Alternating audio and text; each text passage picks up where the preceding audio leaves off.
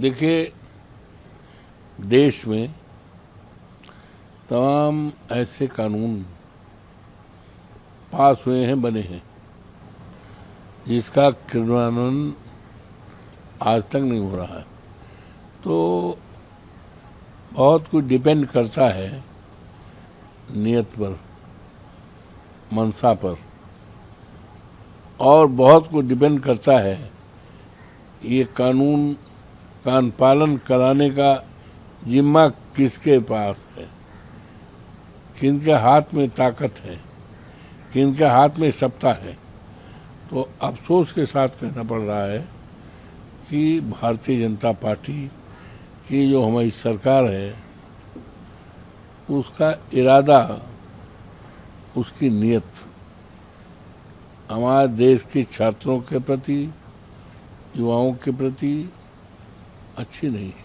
अगर होती तो माननीय प्रधानमंत्री जी ने बहुत पहले कहा था हम 2 करोड़ नौकरी प्रति साल देंगे। तो 10-12 साल तो हो गया, 12 साल तो 24 करोड़ नौकरी। तो नौकरी तो देना दूर रहा, नौकरी ली गई। तो मेन चीज़ ये है, कानून पास हो गया जरूर, लेकिन इसका क्रियान्वयन होने में शंका है, संदेह है। सर, राहुल गांधी ने बोला है कि या तो जो जिस तरीके से छात्रों पर हिंसा हुई, उसको लेकर राहुल गांधी ने कहा या तो अमित शाह ने इसको ऑर्डर दिया है, अगर उन्होंने ऑर्डर नहीं दिया तो उनको ये बारे में पता नहीं था, तो इनकॉम्पिटेंट आदमी है। क्या कहेंगे सर? हाँ, इस बात को जब इस पर कल चर्चा हो रही थी तो माननीय गृहमंत्री जी को तो आना चाहिए था, क्योंकि होम विभाग उन्हीं के पास है। स्पष्ट होता कि कौन सी ऐसी सिचुएशन उत्पन्न हो गई थी कि पुलिस को गोलियां चलाना पड़ा, पुलिस को आंसू गैस, पुलिस को लाठियां चलानी पड़ी। विद द रिजल्ट देश के हजारों छात्रों के पैर टूटे, हाथ पे गंभीर चोटें आई, सिर फोड़े गए, खून बहा। यहाँ तक हमारे नेता डिम्पल जी के हाथ में भी चोट आई।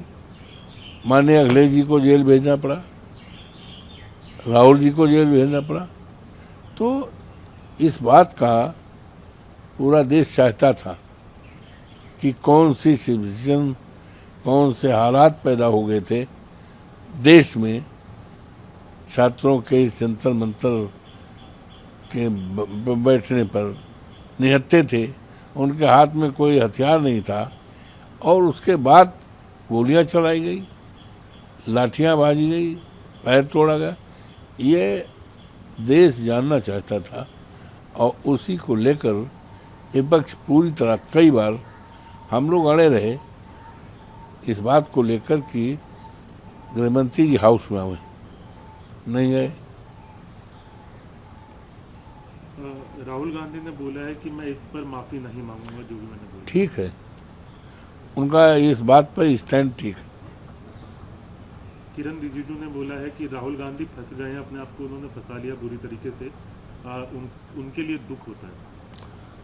अब उनका तो ये बयान इस तरह करते ही रहते हैं, ऐसा कुछ नहीं है। राहुल गांधी नहीं फंसे हैं, बीजेपी के लोग फंसे हैं, सरकार फंसी हुई है। सर, इसके साथ मल्लिकार्जुन खड़गे ने भी इस मामले पर बोला है कि बीजेपी जो है वो दोषी है छात्रों और यूथ के ऊपर, युवाओं के ऊपर जो है लीथल अटैक जो उन्होंने किया।